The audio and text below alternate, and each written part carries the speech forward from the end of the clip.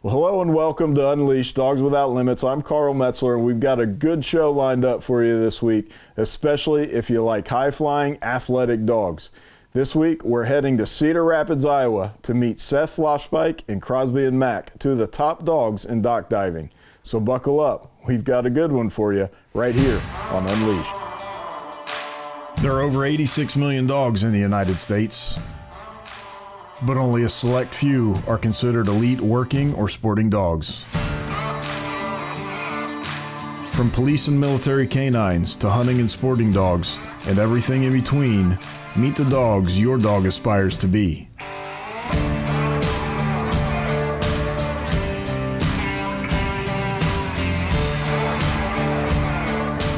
Get ready to see man's best friend in a whole new light. This is Unleashed.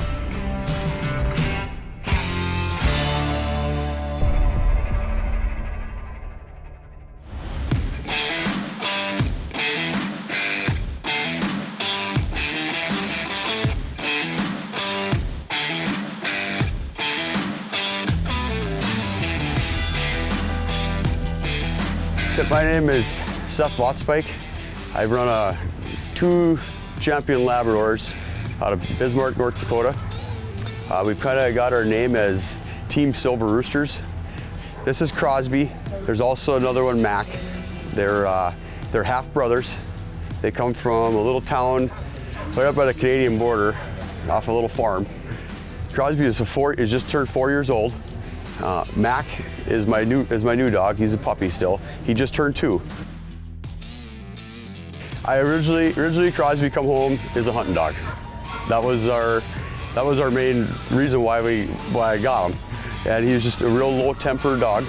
I never really had dogs when I was younger. So when I got him, I was 35 years old, and I'm really new to being a dog trainer.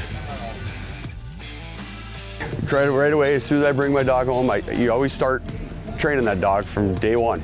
You know, just 3 to 5 minutes at a time. Always using a bumper. I always have a wing on it. You know, we have just real fortunate where we live. We're always able to have pheasant wings and tails available. And I just kept working them, and our first fall hunting season come around, and I mean, he's just an amazing dog. He just has a drive and a passion to find birds. Not so much have to have them all the time, just to find them. When it comes down to the dock diving part, we have a show right in our hometown where we live in Bismarck, North Dakota. It's in February, big sports show, and I really liked how I like the passion. You know, when it comes to training dogs, you get a passion, you see the drive and passion in that dog. I always thought it'd be cool to have a dog that jumps off a dock. Did I ever think he'd be to where he's at today? No. You know, in fact, I actually, at a point I gave up on him because he wouldn't jump off a dock. And I just told myself, wow, you have a champion hunting dog. That's what you wanted. If he doesn't want to jump off the dock, well, then don't worry about it. And then in August of 2018, everything changed at a lake one day with some other full-size dogs. And he had no choice. He never likes to lose. He had no choice, but that ball went in the water, and he had no choice but to beat them other dogs, jump off the dock. And on that next Saturday, we went to our first dock dog event, and he was able to win the contender division at like 17 feet 10 inches. Yeah, right now we're at an event at a dock dogs event in Cedar Rapids, Iowa. We come down here just to meet some great people from Kinetic Dog Food down here, and I had a plan coming into the weekend and how I'm going to run the dog, and so far my plan is going real good. Crosby he's sitting at 24 feet 10 inches right now. I believe that puts him at 6th place in the pro division, so we're right on the bubble. We're going to roll our cards and we'll see if we can make it in, and if we don't, that's very good, Crosby. That's 24 feet 10 inches. I mean, he's having fun. We're doing great. The younger dog, Mac, he's at 17 feet 8 inches, and he's having some fun out there. I'm learning a lot with him right now as far as what I should do different next time. And yeah, it's a great event. I mean, obviously, there's 5 other dogs that have jumped farther than 24 feet 10 inches right now, so there's a lot of good competition here. And we've had some good weather, and hopefully it holds out until they make the end of the day. And we're looking forward. We got speed retrieve coming up at 2:30, and then let's cross our fingers. We got pro finals at 4:30 tonight.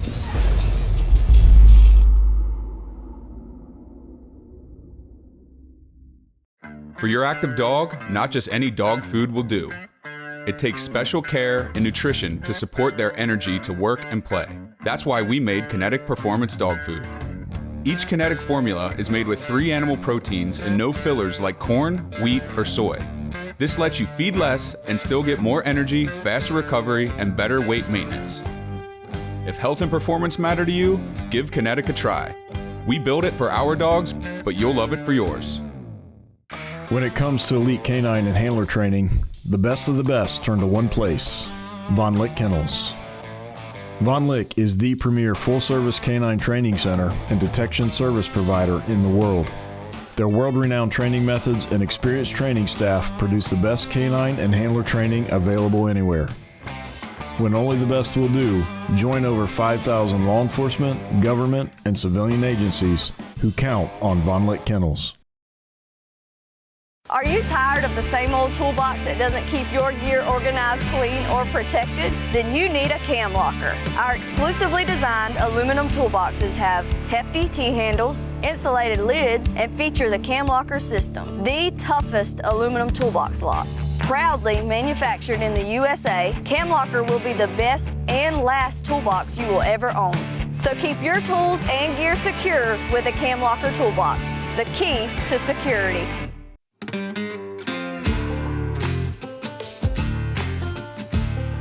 You know, when it comes down to the dock diving part, we have a show right in our hometown where we live in Bismarck, North Dakota. It's in February, big sports show, and I really liked how I like this. I like the passion. You know, when it comes to training dogs, you get a passion. You see the drive and passion in that dog. I always thought it'd be cool to have a dog that jumps off a dock.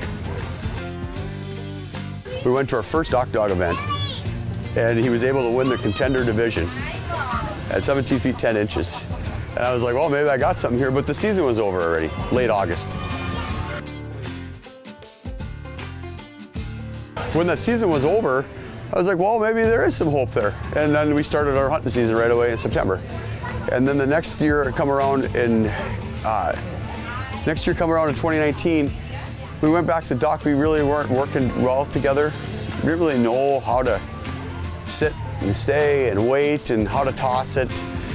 And so we would spend hours at the dock down the street. We didn't have the nicest training facility. We didn't have, you know, our own pool and dock. But a lot of training dogs is find a way. So to that 2019 summer, we just spent hours and hours just down at the boat dock trying to figure this game out. And I thought I really had something. And then that summer of 2019, we went for a tournament, and we didn't do well. He was breaking on me too early. I wasn't throwing the toss right, and I caught wind from some people that I was telling them about what I want to do, and they're like, "Wow, you can just quit. If you can't get it all, you just quit." I'm like, I just told myself, no, I'm not doing that. We had another event coming up another month later. I'm like, we got one more month to try to get this. And I felt really confident going into that event. And we get there, and at the end of that tournament, he was able to win on the last jump of the tournament. He qualified for pro division, and the last jump of the tournament, he was able to win the tournament. And I was like, I mean, the relief off my shoulders when that all happened. It was probably even before that. I mean, when he was able to finally hit that 22-foot mark, which I knew we were doing in practice, but we couldn't figure it out on the dock on the pool. In 2020, obviously, we had very little to work with. But we went into an event, Beaver Creek, Minnesota, and it was just a packed house. I've never seen a tournament with a quality of dogs and handlers that was there. It was just, dogs were just flying. I mean, it was 24, 25, 26 feet. And it was like, and Crosby come out there, and we struggled our first jump, and I tried something new. And he just immediately just took off into the 24-foot, and it just the next day went into 25 and hit 26 feet. And with that event, it just took us to a whole other level. And so, we had to sit around all day that way, wait for the finals. And I mean, and he was able to come out there and almost hit 27 feet in the finals and take home that tournament. I mean, that just is just like, that's why we do what we do. With them jumps, he was able to put himself way up there in the world rankings. And so in Dock Dogs, they have October of each calendar year, they have a world championship for Dock Dogs. And where your dogs compete throughout the season and get invites to go to this World Championships. With our hunting schedule, it's not really the most practical thing for us. It's a real difficult time of season for us. But it's so cool for the people that are in it to see them get to that point. That's awesome. I mean, that is so cool. And but in the end, it's a great story. But it was a Friday night of 2020, and Crosby, we had probably one of the most fantastic late season break and ice mallard hunts that we might never have to be able to get to do again. Just the way time season worked out and all. I was coming home that night after that hunt, and I started getting messages from friends that are at the World Championship banquet dinner. And next thing you know, me and Crosby were able to get the award of the 2020 #1 elite division dog in the world. And I'll never forget where I was on the highway. I'll never forget what went through my mind coming home that night, and I seen the messages from all the great people that were there. And I was just like, holy, there is a real pinnacle to this sport. And yeah, having a multi-athlete dog, it really makes the experience even more cool.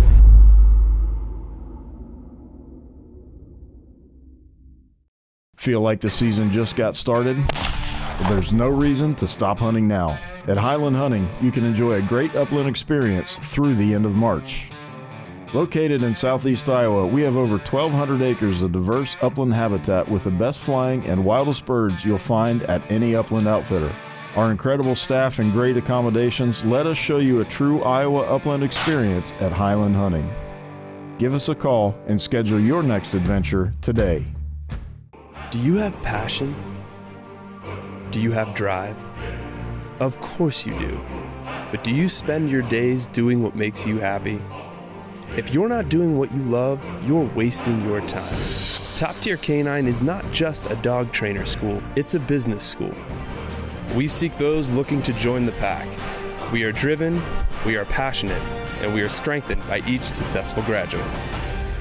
Time to work some dogs. I need you to get me out of the country, out of here, away. All in exchange for a sip of coffee. Yeah, it's Black Rifle coffee. Let's try some. Later, loser!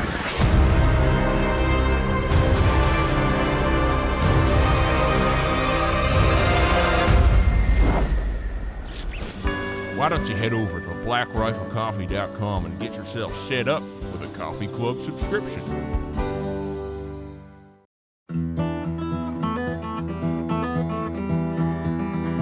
I compare this sport to a lot of a golf game. And you can watch some of the best golfers in the world. And some weeks they don't make the cut. And the next week they're winning the Masters. And it's a lot like ball striking. And I will put it, if you wanted to ask who's on money more than often, it's the dog is usually on command. It's us handler that has to make the toss right. Too high, too low, too far left, too far right, too early, too high. It's a tricky game, but practice, consistency, and work on it. When you see these handlers and dogs at these competitions, you got to remember when you're there watching them, these people put in a lot of time and a lot of work, and the main thing is you got to go out there and have fun with it, and don't put so much stress on yourself, and because even accidentally you're going to put stress on yourself, and the dog will feed off that handler. And I'll be the first one to admit that there's probably times where I've made some mistakes and Crosby's probably not fed off at the wrong direction. But when, you know, these handlers, when we go home, you know, I usually come up with a practice plan, what we need to work on. You're going to learn things every single tournament you go to. And you come up with that practice plan, and you got to go home and you got to just work on what you got to do, and you try to be better. So when it comes to training these dock dogs, you know, at home we lay out our own carpets on any dock we can find. You know, I really strongly advise people, if you do that on your own, you know, health is number one with these dogs. We don't want to hurt these dogs, but you want full kinetic power out of them when they're going to do what they're going to do. And you know, you use that wet carpet just like you would at a tournament date. You want them to feel comfortable out there. And when we're training, I mean, I use certain measurements. I always know my measurements of where the dogs are at, and we change things up, whether it's doing pops just to get pop at the end of the dock. Speed is huge. I mean, the biggest thing I can tell people and I made this mistake with my younger dog, is I let him do too much too soon. And he kind of spooked himself as far as hitting the water. And these are just my thoughts. They're not, this is just my thoughts. And so we really had to go backwards. And we had to go back to just run that dog off the end of the dock. No hesitation, just all speed, and end of the dock. And let him do that until he's super comfortable with that water. You know, you get the you know, lake, river water, it's got a murky stain to it. When you come into competition, and whether it's dock dogs, NADD, UAD, it's all clear water tank. And you know, them dogs will get up on the end of that dock and they'll look in there a little bit, you know, and some of them don't like that so much, you know. And one thing I could do a little, I would suggest too, a little, this is just my thoughts too, is I think I let my little dog sit too long at the end of the dock when he was learning. You know, don't be afraid to take that. If he doesn't go in, walk him back, take him back again. Let him go again.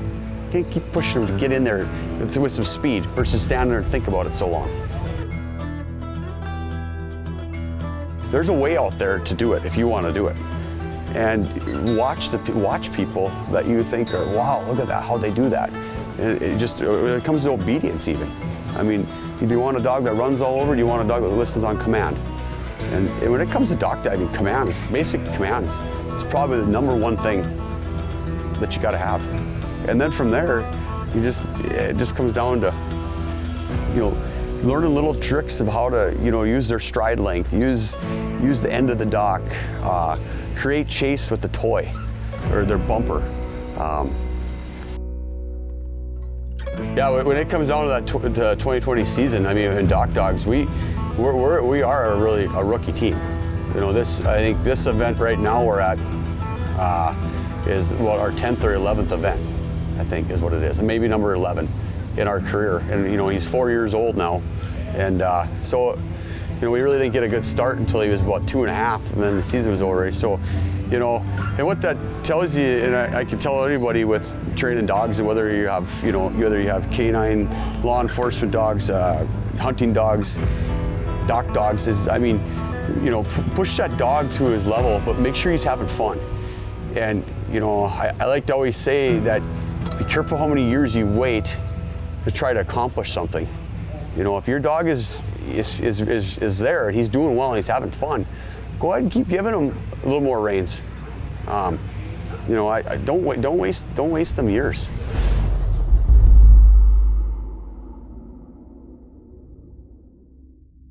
So I know you feel protected in the suit. Don't make any sudden movements without me there giving specific instructions. You got it? Dogs love it. I heard that you just bought insurance online. You really should work with somebody like Tom, who has the experience and knows what he's doing. Oh, really? Safari Insurance is an independent agency. They represent companies like Auto Owners Insurance. They guide you by showing you all the coverages to keep you safe. Then you decide what fits you best. They guide, you decide. No matter what you feed, sometimes your dog needs a little help to keep them at the top of their game. For some dogs, it can even mean the chance to just live a normal, healthy life. Our Kinetic supplements are formulated to meet specific needs to get and keep your dog at optimal health and performance. Your dog will love them, and you'll be amazed at the difference they make. If your dog needs an extra boost, give Kinetic a try. We build it for our dogs, and you'll love it for yours.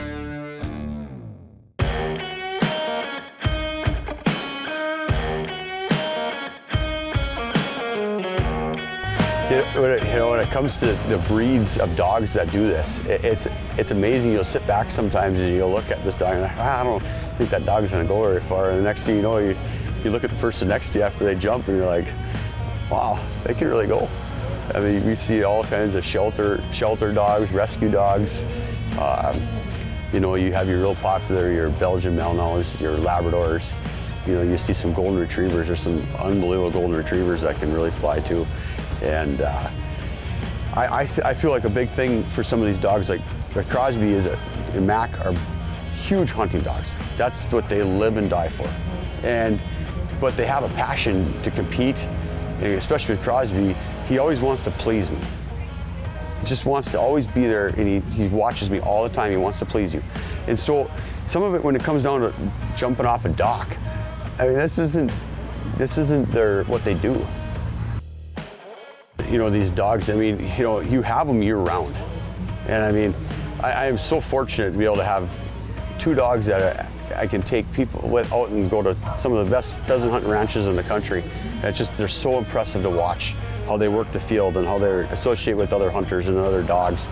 You know, and then it comes around after hunting season's over, well, what are we gonna do all year? And so I really push the dock dogs on them as far as, because, yeah, you can go, you know, I always have a joke with these guys, and I take them in the boat and in the duck boat and go for a ride. If I ever pull a fishing rod out, they don't like that. You know, and I always say to them, well, in the summertime we can either go fishing or we can go dock diving. And you guys are terrible fishermen. So pretty much what we're gonna do during the summer. When you make a decision to bring home a new dog, whether it's a house dog or family dog or a hunting dog or a dock dog or a canine dog, you make that decision to bring that dog home. I mean, you know, you got to think of it, that's 10 years of your life you're going to have that dog. But the bond that you can build with that dog, it's amazing. I mean, some of the triumphs that Crosby, and I know I'm probably a little biased towards Crosby because Mac's my younger one, but I mean, some of the triumphs we went through together, and some of the setbacks we went through together. You go through the setbacks, and that's training any dog, whether it's canine, you know, law enforcement dogs, dock diving dogs, hunting dogs, hunting especially. Some days you'll scratch your head and it's not going well today. And you know, and if it's not going well, you know, there's nothing wrong with either saying, okay, well, we're gonna take today off. We'll start over tomorrow. And you know, and you'll build that bond. But just remember, when you go through the setbacks with these dogs, they are your best friend for a reason, and they'll forgive you. It's usually because once you train that dog to do something, I mean, he knows what he's gonna do. You know, and every day we're not all perfect, and I know as a handler I've let him down, but go back, just take a deep breath and go back, and they'll come back. Yeah, and when we go back, we talk about the bond with that dog. I mean, you know, my funny story, and don't get me wrong, Mac he's gotten a lot better as far as learning where that food dish is and where his home is. He comes back. When he was younger, I'd lose him a little bit because he just want to run off on me a little bit. But you know, I always say, if Crosby he'll sit in that front window and he'll wait for me every single day. And if I didn't ever come home again, he would wait until his days were over too. And my other one, I mean, Carl, I think if you gave him a cheeseburger, he'd go home with you. And I'm not taking anything away from the second dog. He is very special. But it's just, you try to strengthen. Some bonds are just going to develop more easily than others. And you might have to work to strengthen one just a little bit more than the other one. So when you do have that one that you build that bond with him, I mean, cherish it. And because that dog probably isn't going to come along, you know, multiple times in your lifetime. So, you know, there's very little doubt that when God created dogs, He created something very, very special. The things our companions do every day to make our lives better is truly remarkable, and that is what Unleashed is all about.